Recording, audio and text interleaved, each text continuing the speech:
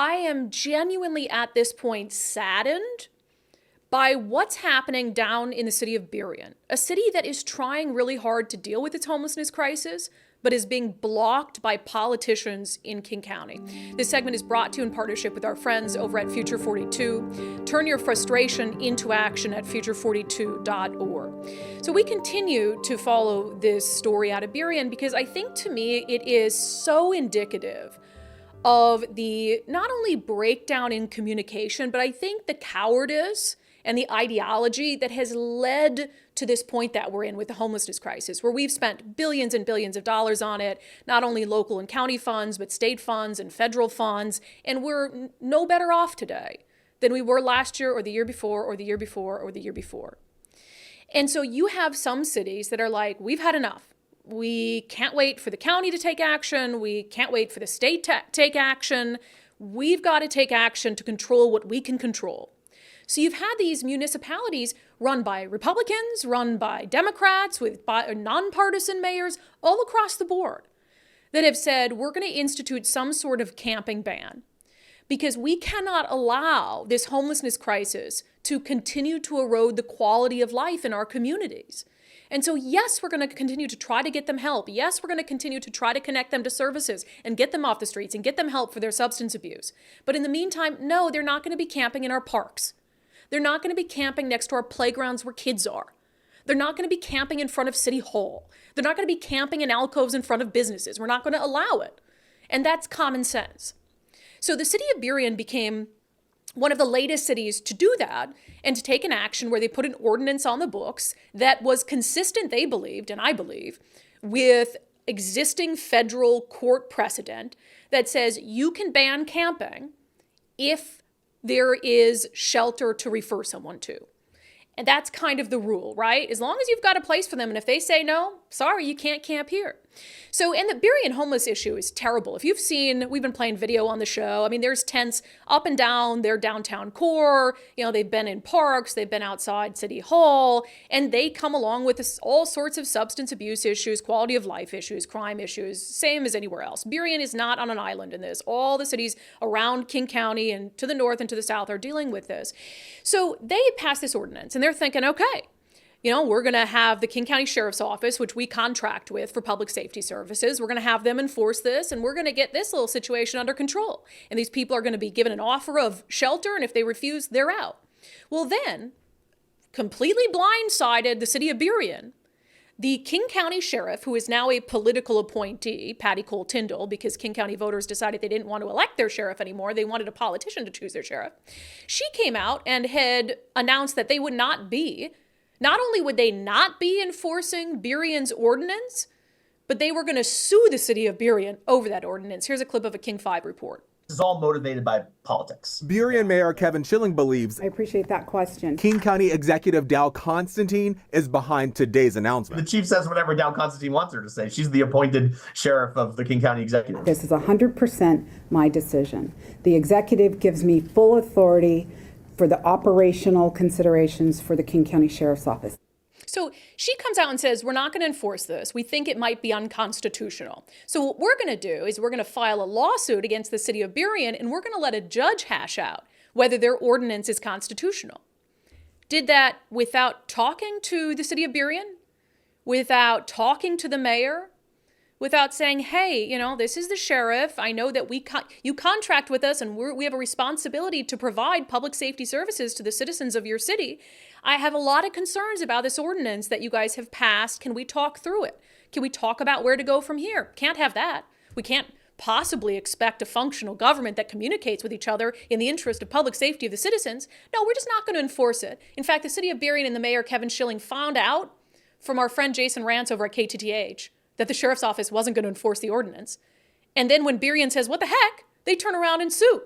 Just wild stuff. We had Mayor Kevin Schilling, a lifelong Democrat, a tried and true blue politician. We had him on the show recently where he expressed his utter frustration with the failure of communication and the stance the sheriff's office has taken. Should you have worked with the sheriff's office in crafting that ordinance? Well, we did. What is she talking about then? Great question. The reason why it exists is because we worked with our sheriff's deputies and the city police chiefs to make sure it was something that they'd be comfortable enforcing. So you worked with the deputies, the local police chiefs, but what, just not the sheriff herself? Well, they are the sheriff's department. Because we contract, so our city police chief is the sheriff's department by extension of the office. So our city attorney worked with them, and in fact, the amendment was requested by the police and service providers. So they knew about it because we'd already passed the initial regulation last year. And I think that this is the byproduct of us losing voter approval of an elected office. And it's the byproduct of giving that office to someone else to control and direct. Yeah, so now you've got a highly ideological politician, King County executive, Dow Constantine, who controls the sheriff and who, for whatever reason, I mean, I have my beliefs, doesn't want Burien to be able to keep tents off of their public spaces, to be able to make their city more safe and more beautiful and have businesses thrive. I mean, I tend to think that King County sees all the money that comes in that they get to throw at the homelessness crisis and give to all these politically aligned organizations. And it's like, well, we can't possibly allow these cities to fix the homeless crisis on their own. We can't have that. I mean, I tend to think that's part of it. So anyway, what a mess, right? What a disaster. And what are we talking about at the end of the day here? We're talking about human beings suffering on our streets. That is what this is about.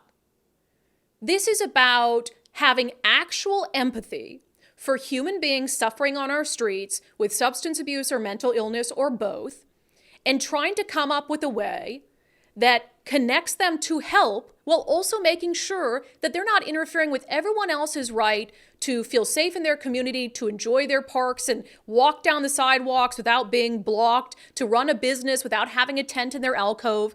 How can we not find a way for these two things to exist at once? That we have empathy and care and concern and give help to the homeless while also saying, yeah, but we're going to do all those things and you got to get off the sidewalk. You can't be here in front of a business. So anyway, this whole mess, this whole back and forth has now come, I think, to a natural conclusion or course of events, which is the city of Burien is now suing the sheriff's office. And I don't blame them. I hate that it's so messy. I hate that it comes to this. But the city of Burien announcing that it is going to sue the sheriff's office for breaching their interlocal agreement, which is the agreement that says the sheriff's office is supposed to carry out law and order in the city of Burien, which includes enforcing their municipal codes. So here we are in all of this. And I like Mayor Kevin Schilling, and he even mentioned when he was on the air that they might have to do this and not pay the King County Sheriff's Office until they start fulfilling their obligations under this agreement. But you look at all this is just a microcosm of the greater dysfunction in our state. The fact that as the mayor of a city, you can't do what you think is best for your city to keep it safe, to keep it welcoming and visitable, to keep the economy strong. You can't do that without being lorded over by a politician sitting in an ivory tower in Seattle. And that you, as a mayor, can be actually trying to deal with the homelessness crisis in a meaningful way, a crisis King County government has allowed to get worse over a decade. But when you dare to try to take over the reins, to take control of your city's destiny, that same elected leader who's been in office for almost 16 years, who has failed on this crisis every step of the way, he's going to try to put you under his foot? Because, and I think that's part of it too. God forbid these mayors step up and deal with the homelessness crisis themselves in a way that's more effective than what Dow Constantine has done for 16 years. He can't have that. So he's going to put blockade after blockade after blockade in their way. And he's going to kill homeless people along the way. That's what this is doing. And there's already been 2 deaths now in encampments in Burien since King County said it's not enforcing the camping ban. All right, that segment was brought to you in partnership with our friends over at Future 42. Turn your frustration into action at future42.org.